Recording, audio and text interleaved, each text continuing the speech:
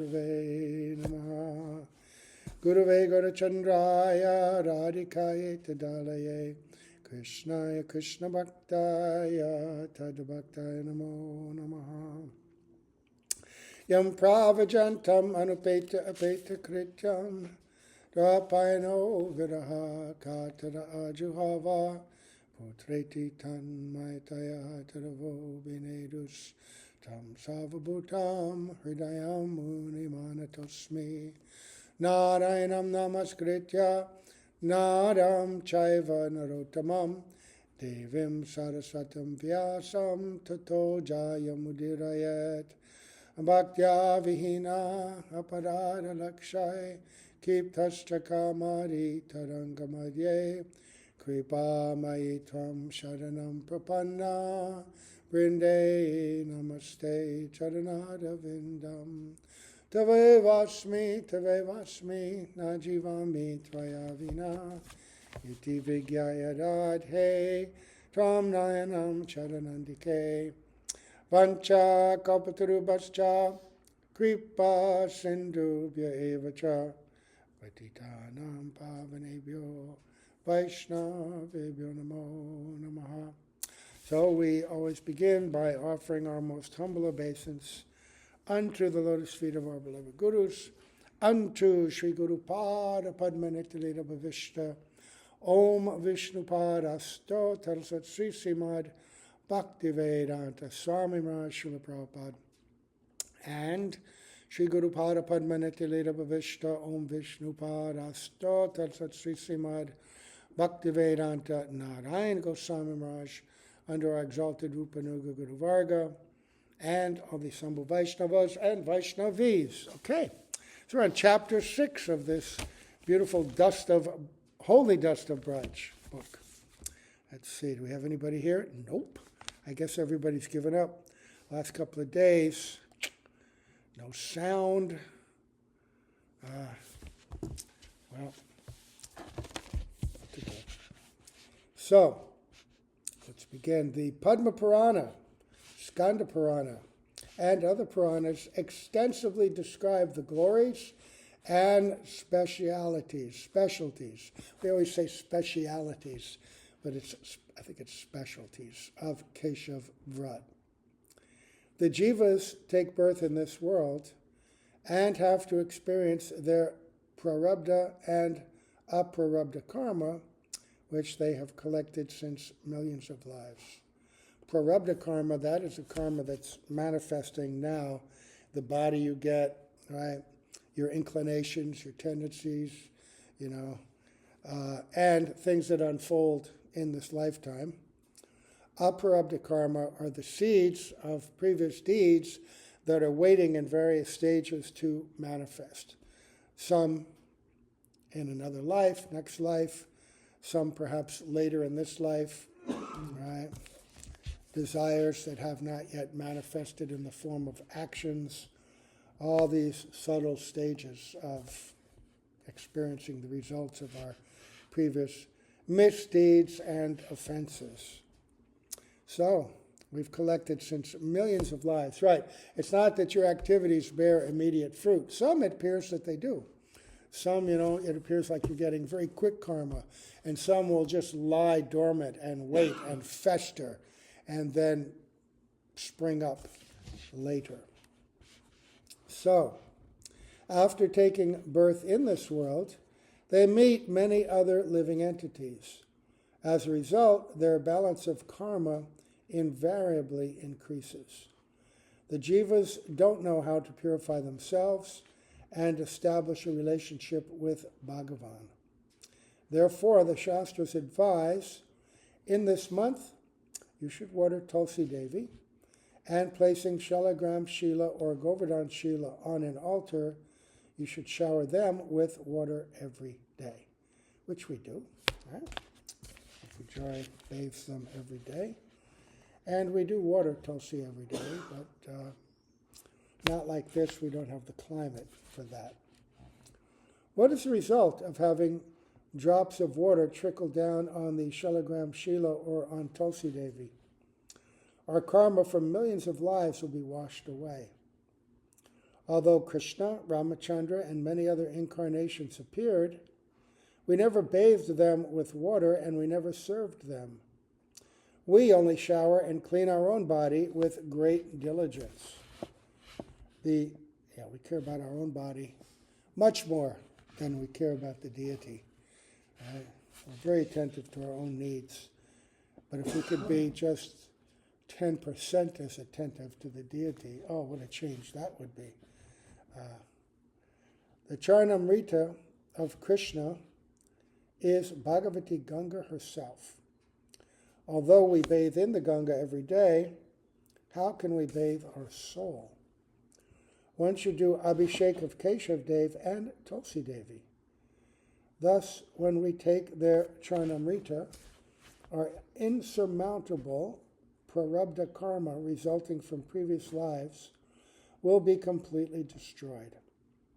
We will be thoroughly cleansed by this Abhishek. So what he's mentioning here is that this month and the special activities we perform are great assistance. For ordinary people, they do these things simply for the removal of karma so they can enjoy. Right? But you have to be careful. When you do bhakti,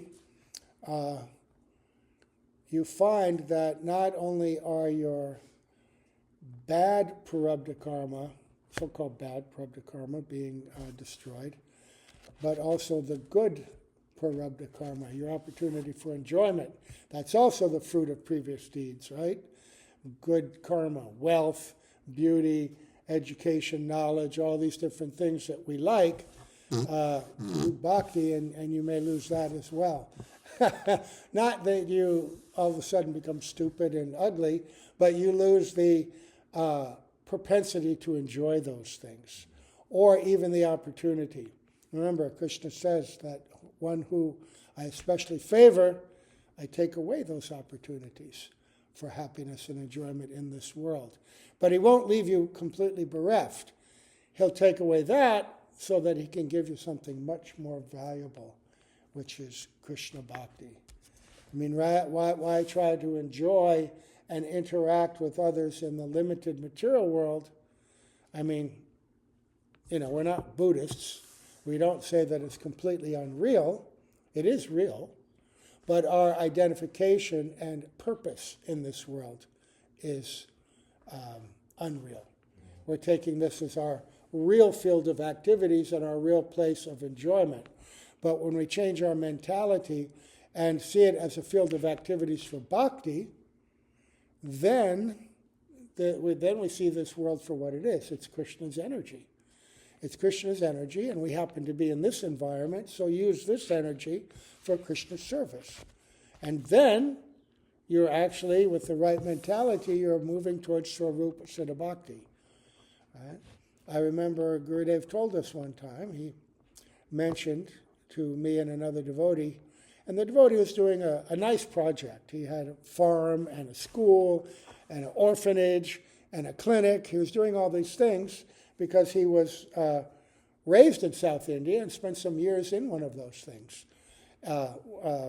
with the Ramakrishna mission. Mm-hmm. And people in India, they have great faith in those kinds of pious activities. And they'll support and give money to that, right? And so his idea was to create that same environment and then attract people to donate and perhaps be exposed to bhakti. But we were living in a crammed little house, everybody on the floor, it was really cramped. And all we could do, we didn't have any money, all we did every day was Nagar Sankirtan and book distribution. And you compare the two situations, and it seemed that other situation was far more developed and advanced in bhakti. But Gurudev said to us, he said to me, so what you're doing there in Bangalore, in the middle of the city, your Harinam, your chanting in the public, your book distribution, this is Swarup Siddha Bhakti. And he said to the other devotee, but this Goshala, this school, clinic, this is like social work, right? It's not on the same level. We do this so that we can attract the karmis. He also said cheat the government. Because the government, especially in India, they don't favor religious activity so much. But they do favor general social work and charitable work. So I said, that's why we do that, because many of the original Gaudiya Maths, they would have a free clinic. They did have a school, Bhaktivinoda Thakur Institute at Devananda Gaudiya Math. But in the school, it was like a parochial school, like the Catholics do. But what they did was the days off were Ekadashis and holy days, not just Sunday or Saturday, general days of rest. And the education was general education, but also spiritual education. So when we were in Bangalore, I noticed that there were many Christians in Bangalore, South India, but many in Bangalore, partly because the British had been there for a long time. They favored Bangalore. It was called the Hill Station, and the climate was very nice for them. Even more so than today, it was much cooler than that general area. It never got higher, really, at that time than the high 80s. Maybe low 90s for a few hours a day, because they had so many trees, so many ponds, and thus so much more rain. And it was at elevation, so the British could wear their stuffy suits and tons of petticoats and everything, and still be comfortable. So it was a good place. But their religious institutions established big schools, first-class schools, right, with a church, and they would have a big wall around it, and respectable people, wanted their children to go because they would get the best education there. But then they would also get general Western religious education. So in this way, they converted a lot of people, right? So I thought, well, why don't we do the same thing in reverse, right? And I drew up this big master plan. I had this big idea, and I presented it to Gurudev. I said, well, they've made everybody into Christians by doing this. And you go to a Christian service, it's kind of interesting. They're worshiping, they got Jesus and Mother Mary on the altar, and they're doing artik. So they integrate, certain cultural affectations to encourage people, take their traditions and dovetail them with Christianity. I said we should do it reverse and bring them back. We'll make a first-class school that everyone wants to send their kids to. Then we'll have our spiritual education, and their parents will naturally support that and become inclined. And Gurudev thought about it and said, oh, very good plan. Very good plan. However, that would be secondary. The first thing was to make a mat. And a mat, in itself, the very basis of a mat, Bhaktivedanta Bharati Maharaj would tell us every time he came, what is a mat?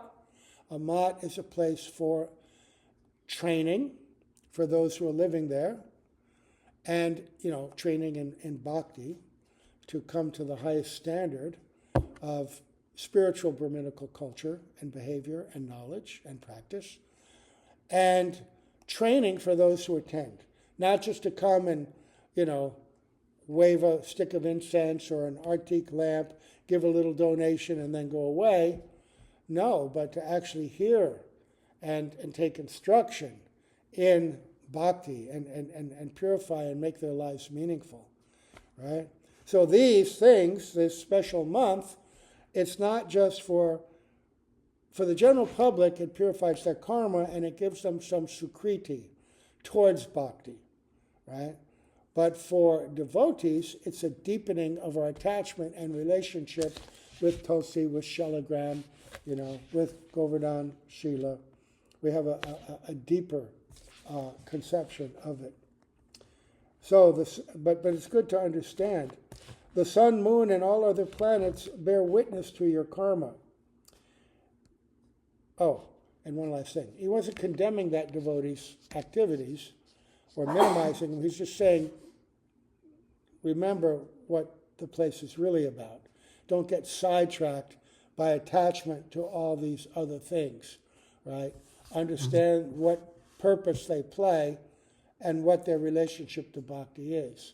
So in the same way, we may be setting up various activities here that appeal to people who are spiritually inclined but not very educated. Different kinds of retreats and things, make that available and bring them to a spiritual environment and hopefully encourage them in some way to take to a deeper conception of yoga, a deeper conception of meditation, a deeper conception of the purpose of a retreat. But we should never become sidetracked thinking that this is our actual purpose in life, to put on retreats, make money, get along with people who are aspiring for the mode of goodness, be happy in this world. That may be their aspiration. That's not our aspiration, right? Whether we're happy or suffering the results of previous activity, our aspiration is to deepen our attachment to Hari, Guru, and Vaishnavas, right? And benefit the world by that. Always compassion. So, the sun, moon, and all other planets bear witness to your karma. Yama Maharaj is also well acquainted with your balance of karma. But there is only one process to sever this bond of karma. Although we do abhishek of the deity every day, it is especially beneficial to bathe Shalagram in this month. In other words, bhakti is reinforced. Just like when we go to Vrindavan for Kartik month, bhakti is reinforced. When you go to Navadvip during the time of Gaur Purnim, anytime you go there, it's beneficial. But there's special mercy at these different times.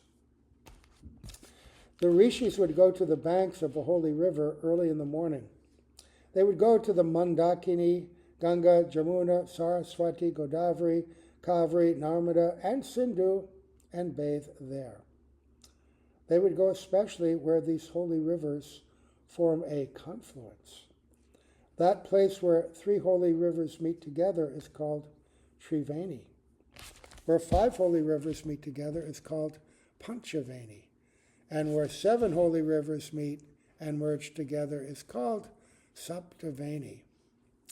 The rishis would worship and pray to Keshav Dev for 1 month in these places. So this is the ancient culture we're being informed about. Nowadays, we have no knowledge of these, what were very standard practices among cultured people and among the leaders of cultured people. Who are the leaders? Not the politicians. The politicians, the warriors, the kings, they were the enforcers of dharmic rules and regulations. They would set the standards, but they would do it under the guidance of the brahmanas, right? The rishis, the enlightened persons. But those enlightened persons, unlike so-called leaders today, would not be taking advantage of their role as leaders in order to enrich themselves and to gain happiness and prosperity in the material world. They would always remain very renounced and detached, living in very humble hermitages. Even, everybody's heard Chanakya Pandit, right? The leader of the Maurya dynasty, tried to revive Vedic culture to some extent under his protege, Chandragupta. But if you look very closely, it's mostly karma kanda also. But he adhered very strictly to one of the principles of being a brahmana, that even though Chandragupta had established himself and had almost completely reunited India and was very wealthy and powerful, Chandragupta lived outside the walls of the city in a humble hut and would not allow himself to mix and become afflicted by all of that wealth and appearance of power. He understood that Brahminical principle. Right? So, as persons who are aspiring to be Brahmins ourselves, not just Brahmins, but Vaishnava Brahmanas, right? Then we should also try to remain very detached and not take the culture the environment of the mat and use it for our own enjoyment. That always causes downfall, because your proximity to Krishna may bring many wonderful things, but Maya will always be testing you. What do you really want? Do you want the greatest gift? Which is the gift that my Prabhu, Maya Devi, is also a servant of Krishna. She's an expansion of Rama Devi, of Yogamaya, right? Mahavishnu's consort is Rama Devi. He glances over the material energy, but in order to enact and create everything, he doesn't directly touch it, but he expands himself in the form of Shambhu, right, and expands goddess of fortunes expanded as Mahamaya, who we know as the consort of Lord Shiva. So they're always there, and for those who are sincere, they won't work to cover you and deny you bhakti. They'll actually assist you. As the story of Gopakumar and the Asami Brahmana indicates. We talked about that the other day. That Mahamaya will gradually remove the shackles of Tamagun and Rajagun and give us entrance into Sattvagun. You can't get Shuddha Sattva in this world, but Sattvagun can help you because the qualities of Sattvagun are very close to the qualities of Shuddha Sattva, and you develop qualities of simplicity and compassion and enlightenment, right? Qualities that can assist you in your practice of bhakti, right? So she'll help us.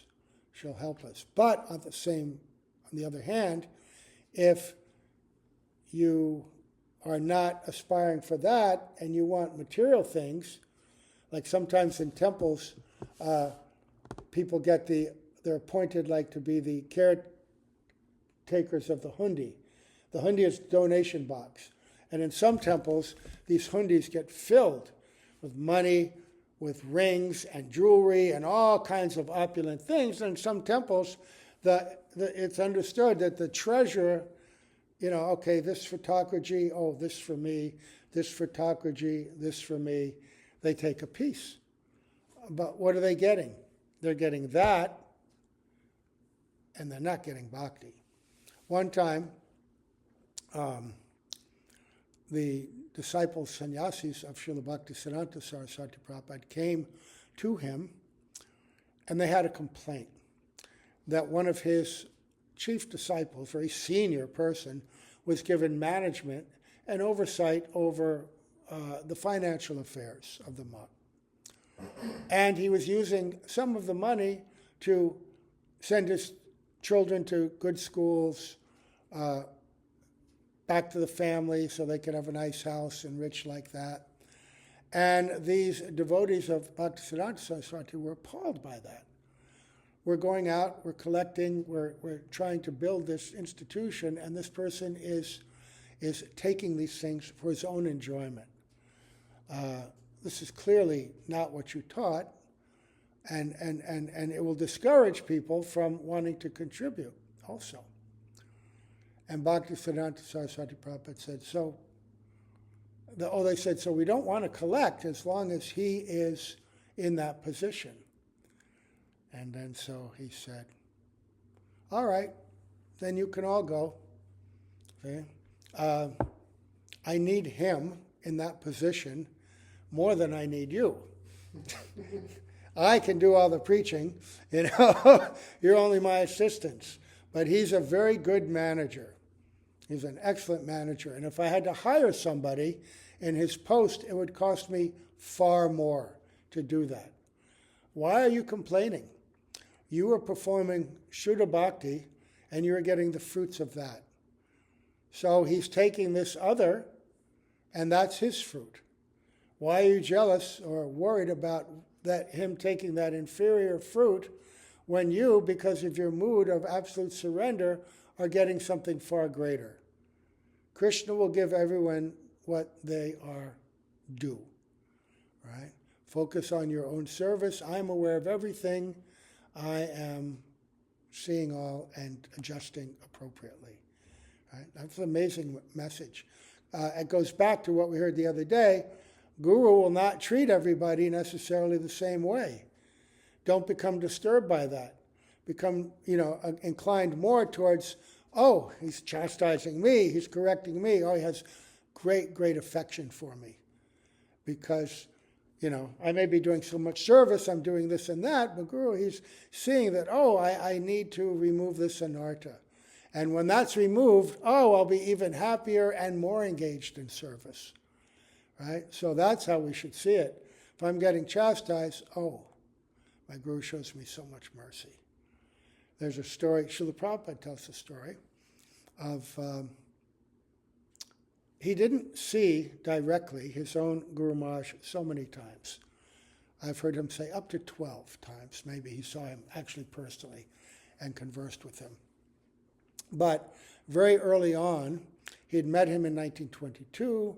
Then in Koshi, he was on business, and late 1931, at the Vrindavan Parikram, he was on business, so he went from Delhi to Vrindavan and saw his Guru Maharaj there and spent the day hearing his Hari Katha, and then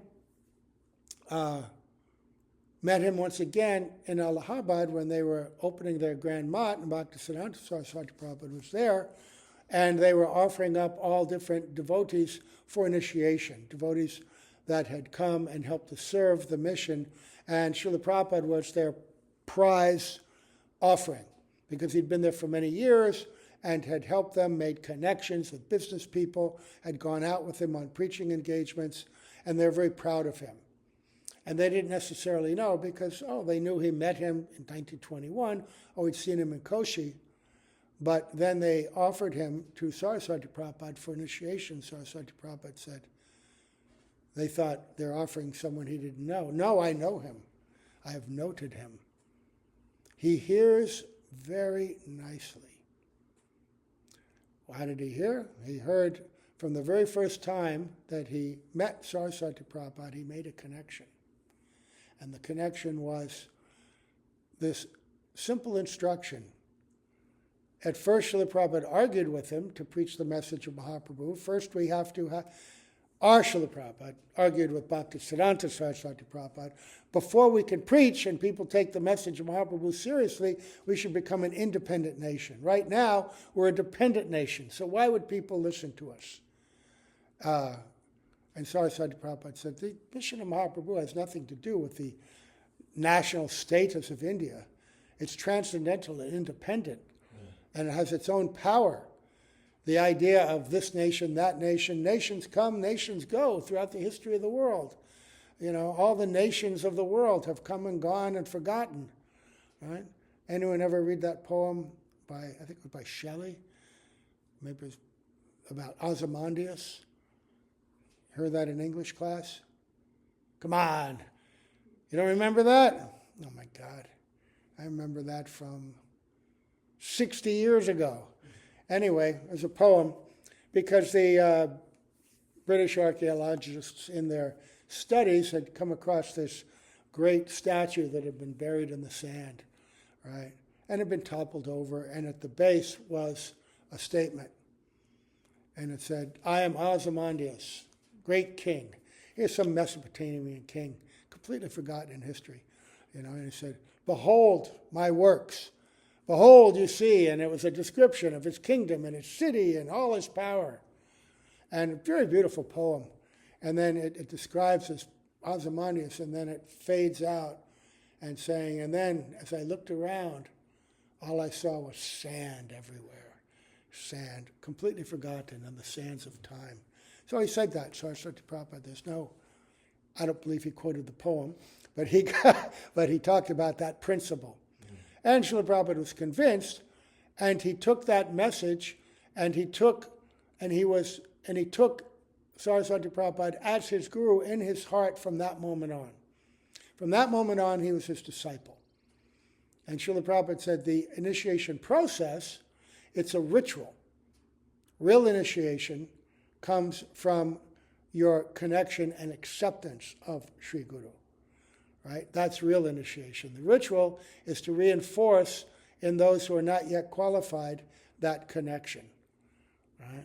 And he had what you would call Vidvad Rudi Diksha. Or he didn't receive the mantra, but he accepted and chanted the holy name 1 lakh a day from that time on. And that was his guru. And so Saraswati Prabhupada said, I've noted him. He noted him at that time and then at Koshi, where he stayed the whole day unmoving.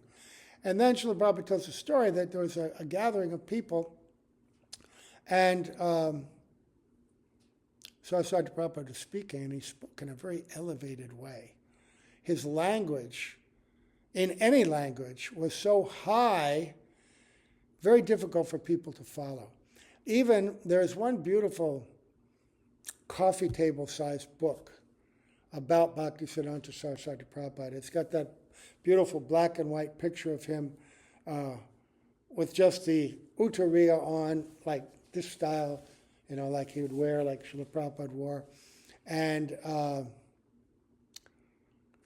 it's got many different stories of him. And this story is in that.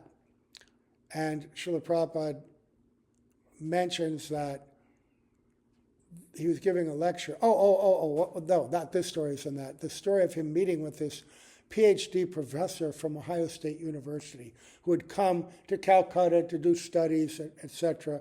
He was an Indologist. And so he was speaking with Saraswati Prabhupada in English. And he commented that, Maharaj, your English is so high and complicated that even I, who am, this is my native language, and I'm highly educated, sometimes I have trouble following you. Right? And in Hindi or Bengali, the same thing.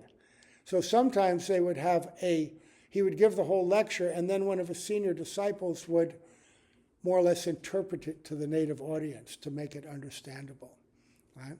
So there was one man sitting next to our Srila Prabhupada, who was Abhay Chaudhary of India then, and he leaned over and said, what does he mean by that? What is he saying? And then Srila Prabhupada said, whispering some explanation. And Bhaktisiddhanta Saraswati Prabhupada stopped and chastised him and said, oh, you know so much you don't have to hear? In other words, whether that person understood it or not, on whatever plane he's listening, the most important thing is to give full attention to the Shabda Brahman, the transcendental sound vibration. It will do its work. If you understand it or not on the intellectual platform is not so important as your eagerness and urgency to hear it and let it do its work. Right? And then Srila Prabhupada later commented, yes, and my Guru Maharaj chastised me. And that was the greatest day in my life. He said the chastisement of the Guru is the pride of the disciple, right? Because he's giving you the greatest gift. He's removing an anartha. Anarthas are uncomfortable. They're nagging, they're troublesome, they're obstacles, they're blocks. We want to be free of them all. So this is the Guru means heavy. Sadhu means one who cuts, right? Cutting all these things. So this Keshav month, this is meant for that. All these things to help erode and cut away our anarthas. So, Sri Rupa Goswami worshipped Keshav Dev in Vrindavan.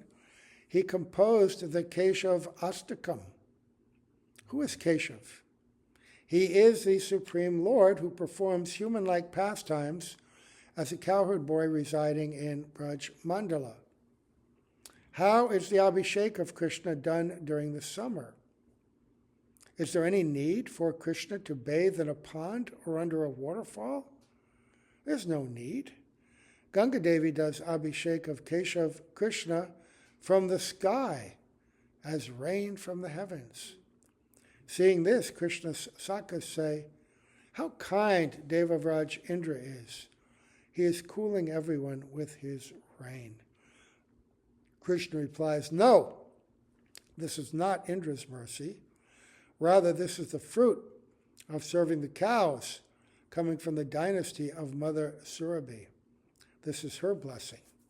Even Prithvi Devi, Mother Earth, is very happy. Why? Everyone is serving and taking care of the cows. So I guess he would give us instruction time to time, because the Brajbasis, it's Naravat Leela, it's human-like Leela, which makes it very, very sweet and makes it accessible somewhat and understandable. They're immersed in the self-conception that we are in the environment overseen and controlled by the demigods, because the devas are actually expansions of special forms of the Lord in Vaikuntha. There are personalities of these names in the Vaikuntha realm, and they're partly empowered by them. And so they're, oh yes, these demigods, these devas are taking care of us. And that's why we do our rituals. But Krishna is saying, no. Everything that we're getting is the blessing of serving our Brajbasis. Here, the cows and the brahmanas in Braj. And by that, and also Giriraj. Remember the beautiful story of Govardhan Anukut. He brings it all back to Vrindavan. Everything is served by serving the greatest devotees in Vrindavan. All the benefits that we would need or want come automatically to those who serve, not necessarily everything we want, but everything we need. If you want these things very badly at the exclusion of bhakti, then yes, you can get it by performing bhakti, by chanting Harinam. But that Harinam is namaparad. To desire the fulfillment of material blessings by chanting is actually a form of namaparad. It's not really understanding who Sri Nam is, right? And it's a mental diminishing of the power, beauty, mercy, identity of Sri Nam. Why would we wish for anything here when we could go to Goloka Vrindavan and be a cowherd boy or a cowherd girl? Right? Do they want for anything? That divine realm is there. They're imbued eternally in the ocean of love.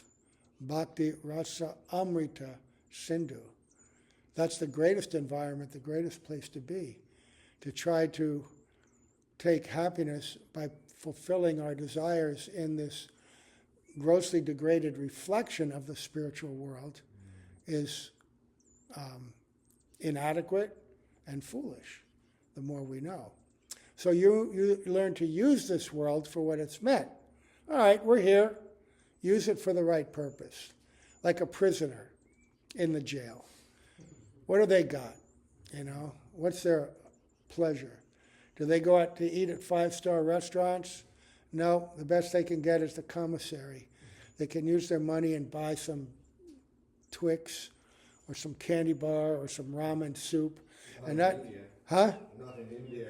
Well, if you got money in India, even there, you can have something.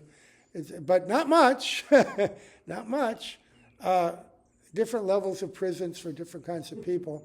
So your idea of pleasure is greatly diminished. You can collect sneakers from people, maybe have a pair of sunglasses or something. But compared to people in the outside world, what do you get? Hardly anything. You get a little TV, but you can't get a widescreen with cable. No, get a radio. So, what do? Well, you're living there, so you work hard to get out, right? You do good work. You go to school. You on your good behavior. You help other inmates, and they see that, and you go to the parole board, and they say, okay, you can get out. You get out early. But if you continue to act up and abuse the system and its limited resources, then you never get out. You'll just be there for endlessly. Even if you were meant to get out, if you don't abide by the rules, which you're supposed to get out by, you may commit some crime and then get a new sentence, and you have to stay there longer and longer and longer. So It's our prison. Why be content with the commissary, with the crummy clothes you can get here, the ornaments, the things that people consider enjoyment in this world, when if you get out, oh my, what we can get, So see this world and what it is, see what Krishna's given us, and see how to protect it and use it. You got the kitchen, keep it spotless. You got that little dining area, the refrigerator, keep it really clean, respectful, right? The bathrooms, keep them clean. The grounds, you see some garbage, pick it up. It's Krishna's. Don't walk by and say, hey, it's not my job, not my seva. It's all Krishna's. Take responsibility. Don't make a big deal about it. Don't, say in front of everybody, I've done this, I've done that. I may make a big deal about what I do, but not for glorification, certainly not. Just to set an example. The problem is that pratishtha is very subtle, and sometimes, there is a little bit of, I'm so renounced, I'm so dedicated, I'm doing so much, follow me, be like me. Ooh. But you know what it's like to enjoy that? Again, the perverted reflection of real happiness. Real happiness is that, in the morning you wake up or sometime of the day you want to bathe and you're bathing in a beautiful water coming from the Ganga. It's heated nicely, it's perfectly comfortable, it's flowing over your body, you're cleaning beautifully, you become absolutely cleansed and happy. But, that's bhakti, right? Then another kind of bath is you're standing under there and you're bathing in this water, and it's certainly warm, and you're rubbing it all over yourself, and this is great, I'm in this hot shower. And then you look up and you see it's actually hot donkey urine being poured over you, right? But you're ignorant and foolish, and you think, oh, this donkey urine is very nice, because you've never had that warm Ganga water bath before. That's not my words. That's Raghunath Das. Raghunath Das saying that to enjoy the praise and reputation and pride, which is very subtle, it sneaks in there, even if you've overcome lust, greed, anger, all these other obstacles, the desire for pride and prestige and recognition and always being honored and treated nicely, that's pratishtha, the desire for it, asha, pratishtha asha. That's like bathing in donkey urine. And that's being under the guidance of this witch who eats the meat of dogs, right? Dog-eating witch, right? Why would you want to be under the guidance and protection of a dog-eating witch when you can be under the guidance and protection of Purnamasi, the goddess and teacher and guru of everybody in Vrindavan, and Gopeswar, the protector of the Rasa Leela, right? Of the Goswamis who internally are Rupa Manjari, Rati Manjari. Srila Sridhar Maharaj, Bhakti Rakshak said that one time. He said, I'm at the door of the Kunja of Rupa Manjari. You're not understanding. I'm trying to bring you there. Right? So that's what we want. We want to be immersed in fixed absorption in our conception. What is our real prayojan? What is our real goal? And then embrace the little details of what we should do if that's really our goal, if we really see this environment as a wonderful place of service, right? Then the gateway to that world is not only open to us, you can actually live in it. The consciousness of that world, it's available to us right now. We can live in it if we take it up appropriately, this bhakti process. Serving our gurus, serving the Vaishnavas, serving Radha and Krishna and their beloved associates. Okay, so everything is Krishna's mercy. Everything comes by serving Krishna's associates who have appeared before us as bhaktas, who have enlisted other jivas as their soldiers We have a community. We have a culture. Embrace it. Don't fight it. Don't fight for your turn at the donkey urine shower. You know, hey, you've had enough of that hot shower. Give me some. Right? Don't fight for a seat at the table with that dog-eating witch. Hey, give me some of that dog meat. Right? No. So I guess we'll stop here. And we'll worship Tulsi Devi and our gurus for this month. All right. Gaur Premanande. Haribol, Haribol.